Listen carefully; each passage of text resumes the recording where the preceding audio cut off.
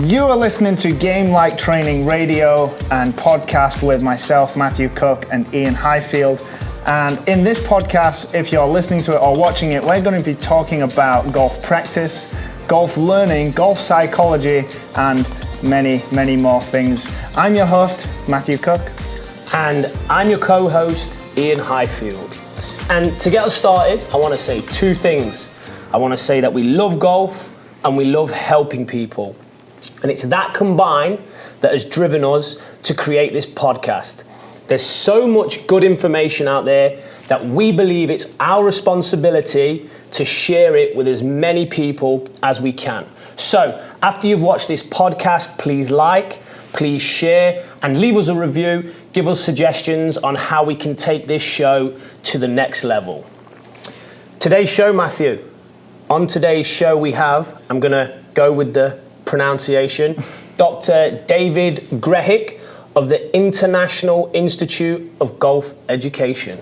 Beautiful. So that is quite nicely lined up for what we're trying to do in this podcast, which is educate and inspire golf coaches to be better and to do better in their coaching. So let's get into it.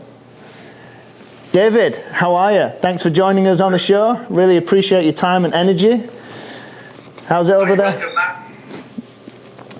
So, David, just to get kick-started, it wasn't too long ago that I was looking at one of your recent articles, and it was making sense of skill. And obviously from your title, you are in the field of educating golf coaches and trying to make them better and better faster so they don't waste many years doing silly things, no doubt. So can you just tell us about this article about skill, and maybe that'll even touch on some of the learning principles that you share and have shared throughout the years? Yes, certainly. Obviously, as part of our research institute, we research every aspect of performance. A big crucial area is how coaches develop skilled performers. And we've written all sorts of different types of papers, but sometimes it's not very accessible for people to read. They're written really for other researchers. So this paper was looking more from a personal narrative, telling stories that young golf coaches could read. They could, start to unpick it a little bit, reflect about their own coaching practice, some of the problems that I had in my career, and hopefully they could recognise parts of the learning journey that's taken me now over 30 years coaching to try and make my own sense of skill. So the stories are in chronological order and probably follow a very similar developmental path of many young coaches. When I first started coaching, I was a trained PE teacher. I did all the certification programs that I could to learn as much as possible about techniques, about tactics of the different sports. I started coaching golf, but also a lot of basketball and soccer. And I went through the typical competency-based training. Learn this practice, this drill, learn a certain game, but go through it in a very structured format. I was very proud of my sessions looking organised, being safe, having lots of cones, having lots of organisation, safe zones, and having all my players on task. So it looked nice for the parents watching, for my head coaches, my head of department. I wanted almost to, I suppose, linked to my ego, I wanted them to think that I was a good coach. And I went down the very traditional repetition, block practice, do it again until you do it right, focusing a lot on skill, a lot on how the body moves, about the technical side of the game, and that was in any sport. Cool.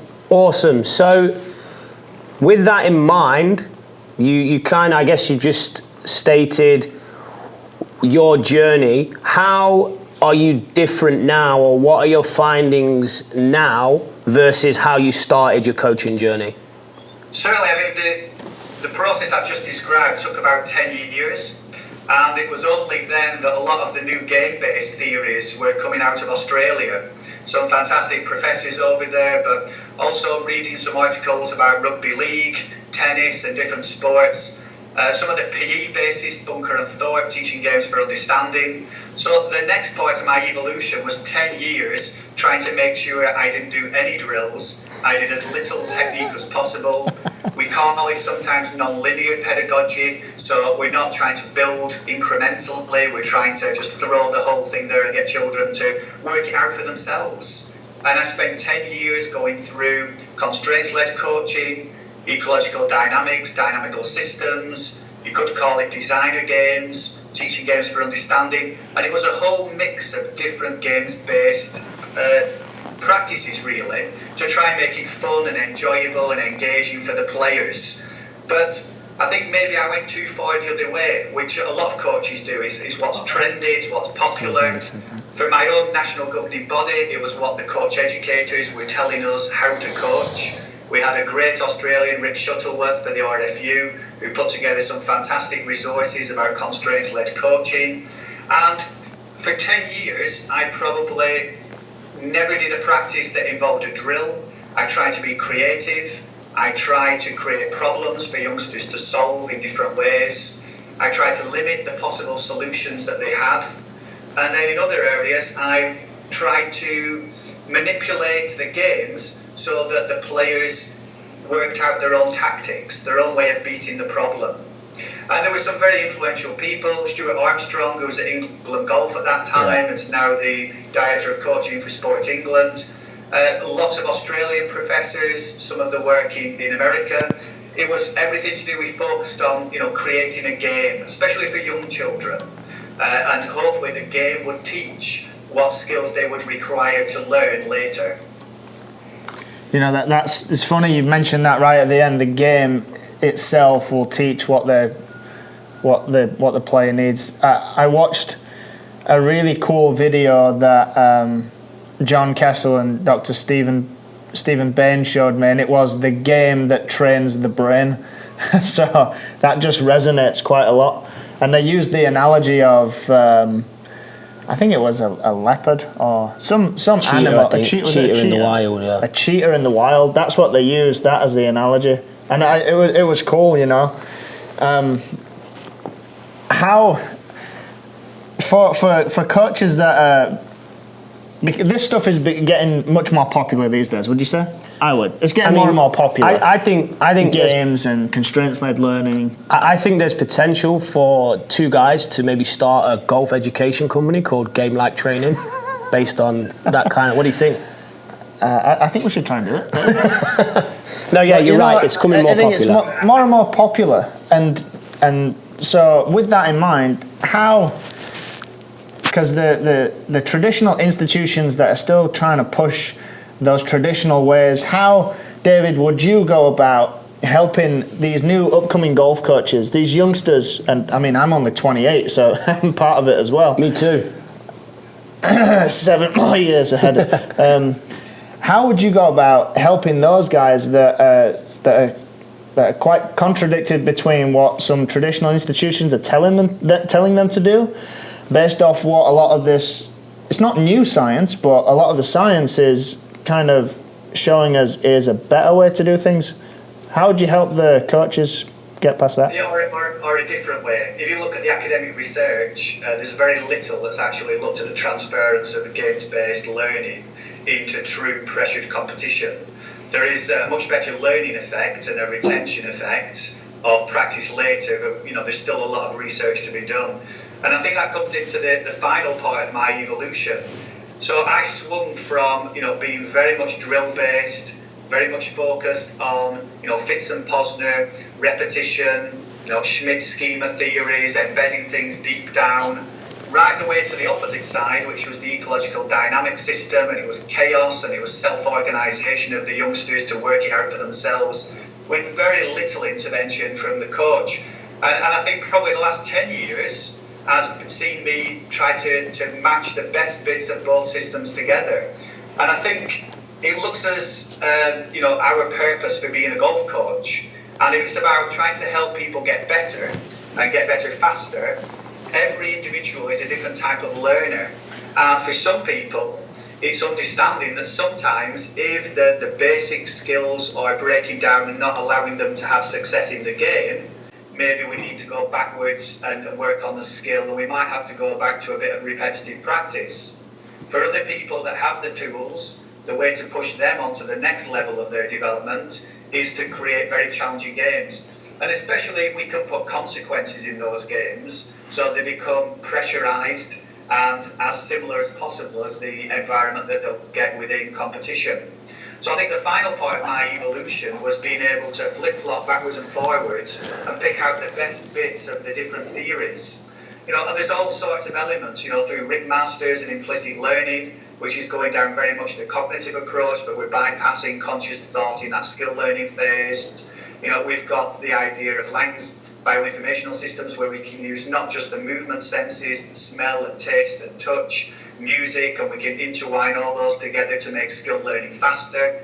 And there's some fantastic, the work of Gabriel Wolfe and Lewington, the optimal theories of skill learning, where we use motivation and attention and our use of words to manipulate the context to speed up skill acquisition.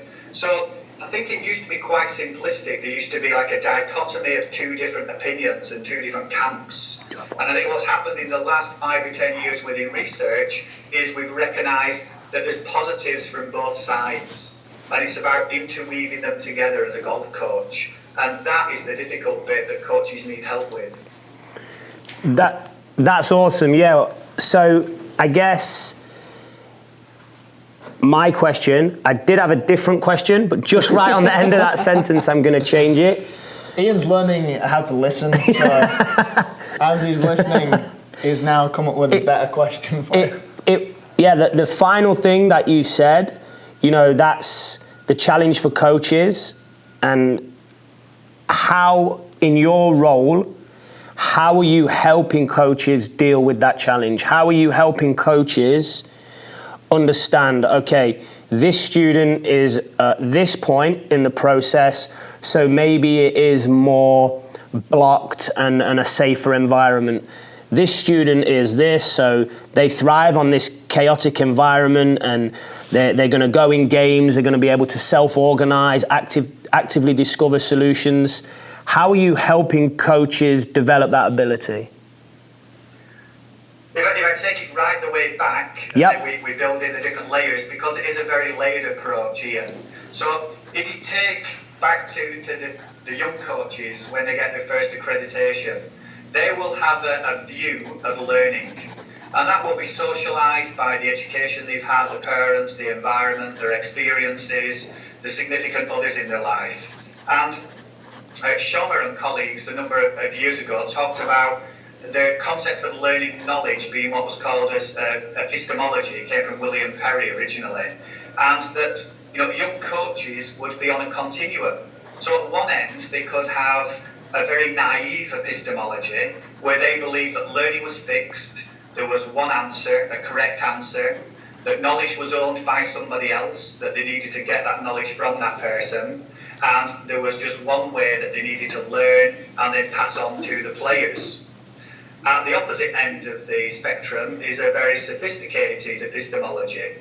And here, the coaches recognise that there's many, many different ways, that everybody's different, that knowledge isn't owned by anybody, that we can all create our own knowledge, our own new ways of being successful.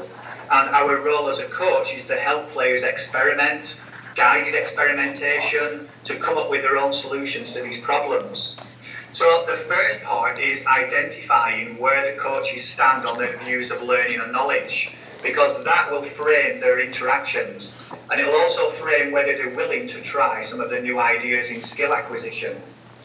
The next element is the concept of learning. So Entwistle and colleagues looked at learning, again, on a continuum from, it's very dualistic, black and white, right the way to the other side of the sphere where there's many, many different concepts of learning, many different ways to learn.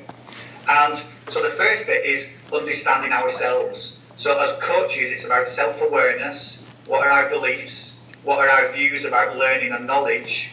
And it's our job as coach educators to try and help move those coaches from a very, what could be seen as a very fixed mindset, a very naive mindset, a very dualistic point of view, to make them realise that there's other options and to actually help them gain the confidence to experiment.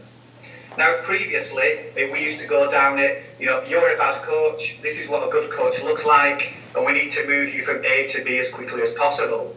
I think what we've realised over the last 10 years is that comes up against a lot of resistance through organisations, sometimes what we call cognitive dissonance, so a coach may want to change, but the player or the parent or the organisation that they work for have certain expectations. So they have almost like a straitjacket on that coach. So it's about helping them make very small steps. So the first part is awareness. And this could be you watching a young coach that's very fixed in block practice, an awful lot of range work, hitting the same shot again and again and again, and making them aware of the impact that they're having on their player, what the player's experience is, and maybe just giving them an idea, why don't you just try this, why don't you try that? So the first stage is you almost giving them new ideas to try, but in a very small piece by piece way.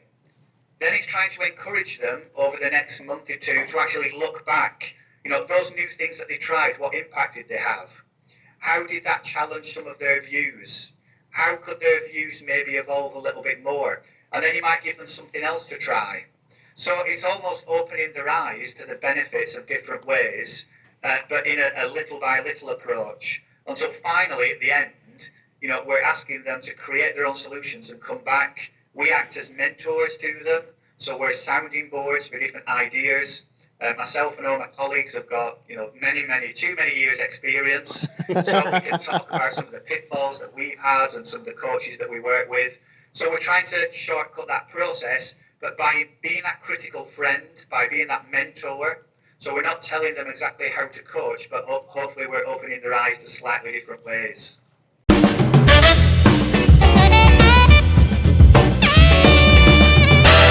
Hey guys, hope you're enjoying the podcast. This is a segment that we like to call Game of the Week, and this week's Game of the Week, Ben wants to do his drum roll, is PGA Tour Putt. Now, PGA Tour Putt is a pretty cool performance game, and it goes a little bit like this. We have 4 different distances, 3 feet, 6 feet, 9 feet, and 12 feet, and players get 6 putts on every single distance. And all you're gonna do is make your scorecard, or you can download a scorecard from our website. And if you hold the putt, you're going to put yourself a nice fancy tick. If you miss the putt, you're going to go ahead and put a cross. Work your way through the game, see how many ticks you get, see how many crosses you get, and then check yourself against a PGA Tour player. That's why it's called PGA Tour Putt. We actually know what a tour player would do. So, see if you can beat a tour player. They would get 6 out of 6, 5 out of 6, 4 out of 6, and 3 out of 6. Enjoy the game.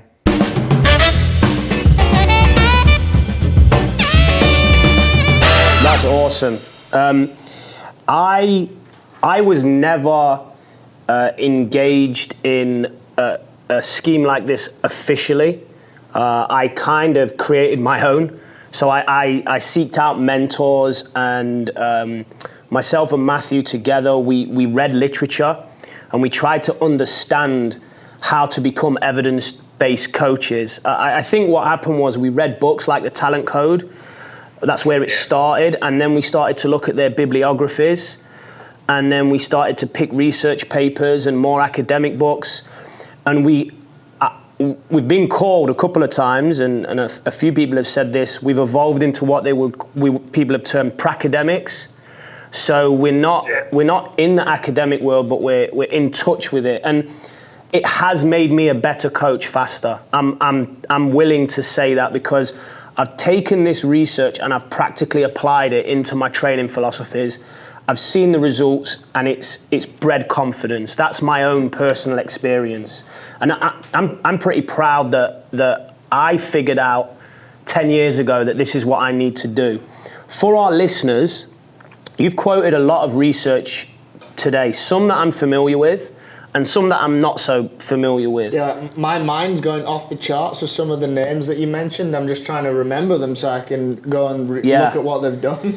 If we had to pick 3 crucial pieces of literature that our listeners, mainly golf coaches, should listen to or read, what would they be?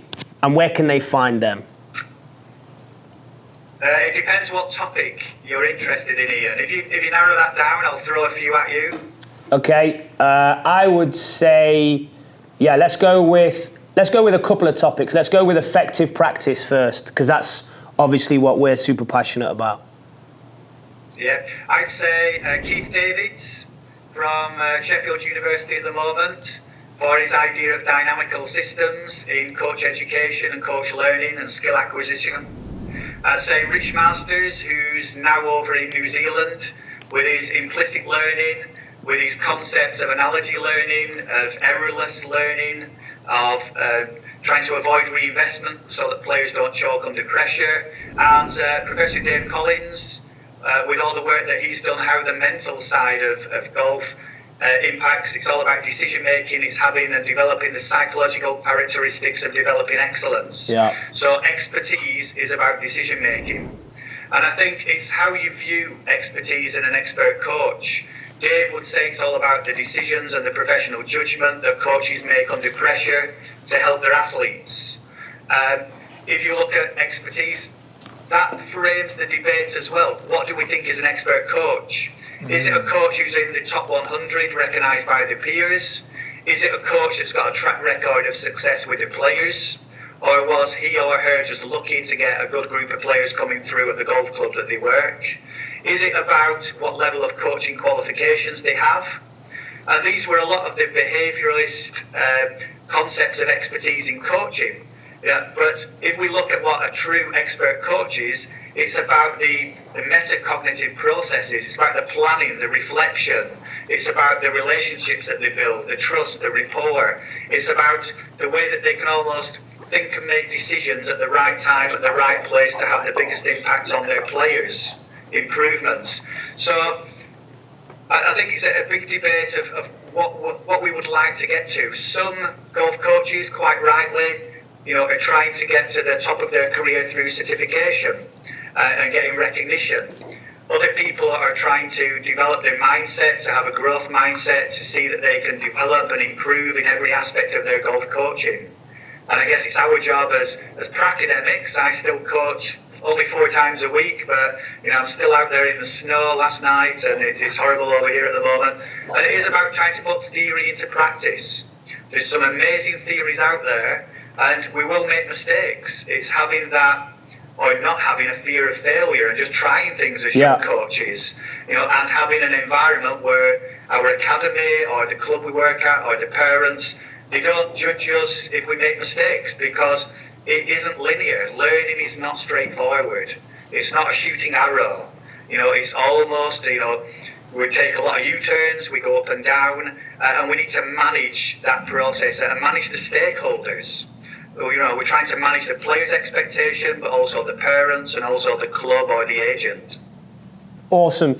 Can I add something to that? I obviously asked you for research, and we talk about the practical application of it. Can I just confirm, because I listened to Stuart Armstrong, the talent equation. Yeah. Is that who you mentioned earlier? Is that the same? Oh, yes. Yeah, okay. So Stuart used to work for England Golf. Yeah. And I've known Stuart now for about 20 years, and he came to us and we set up one of the very first England Golf Academy 16 to 18-year-olds to try and get boys and girls to stay in education and develop the golf.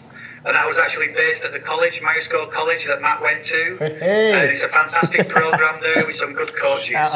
Awesome. So that would be a takeaway for me, because you'll have to, you have to look at this, and sometimes you've reeled off some research there. It can be quite hard to get hold of. Maybe in some instances, actually pretty expensive. I think Stuart Armstrong on the talent equation touches on a lot of stuff that we've talked about today, and does it in a really, really good way. So anyone who's listening to the Game Like Training podcast should definitely go on YouTube and subscribe to the talent equation. I think that can help any coach. We should have Ben back there, cameraman Ben, link it somewhere around our heads. Yeah, and if we can, David, if we can get links from you for that research, is that possible?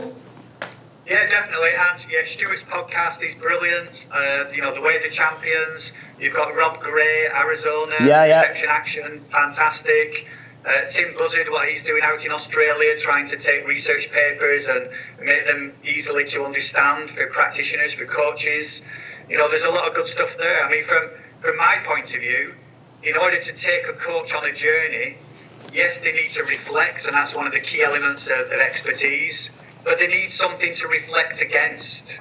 So, we work on epistemology, so we create what are called learning chains for coaches to help them reflect on the relationships, the methods, the planning, the goal setting, etc. And the end part of the paper that you mentioned is actually a skill learning framework where coaches can look at lots of different concepts of skill learning and they can add their own ideas to that. And they can actually highlight their journey as they try some of the different ideas that are hung on either side of the chain. That's awesome. So we're all about, at Game Like Training, we're all about helping golf coaches help their players to think differently and to train differently. And we want, from these podcasts, we want takeaways. So one takeaway is going to be the talent equation. Hopefully everyone listening subscribes to that and gets that excellent information. Yeah, Mum, Dad, listen to it. My brother, listen to it. The 3 papers that you mentioned on effective practice, that's great. Hopefully we can put links to them. And then as the show's drawing to a close, you've touched upon this, but we want the final question to be a real powerful one and give coaches a real takeaway. And I know that Dr. Paul Shemp studies this a lot, and I've read a lot of his work, and I have an idea of the answer to this. Matthew, very similar. But we want your opinion, and Matthew's been dying to ask this question, so I'm going to hand over to him. Go on. David, you've said so many great things, just so many things that golf coaches need to just sit and absorb and process, that it's been fantastic. And you've answered this question throughout the podcast.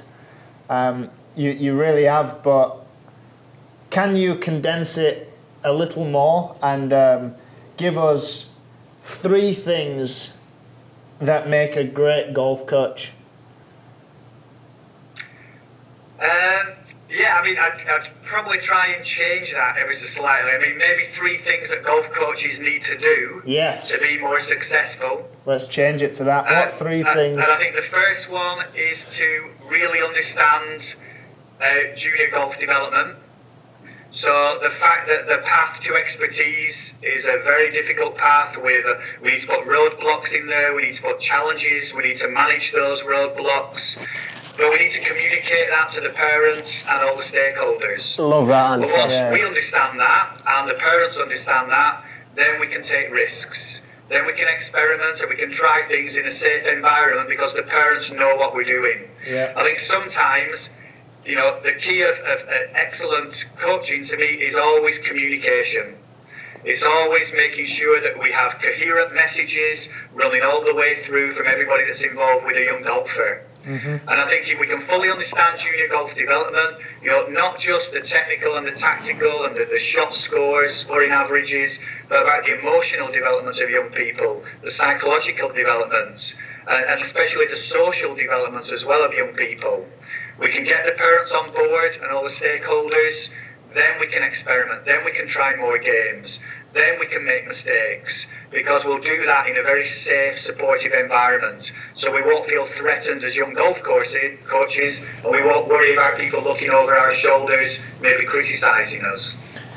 That's awesome. Junior development, learn it and try to learn all of these different aspects that are within it, and never stop trying to learn it.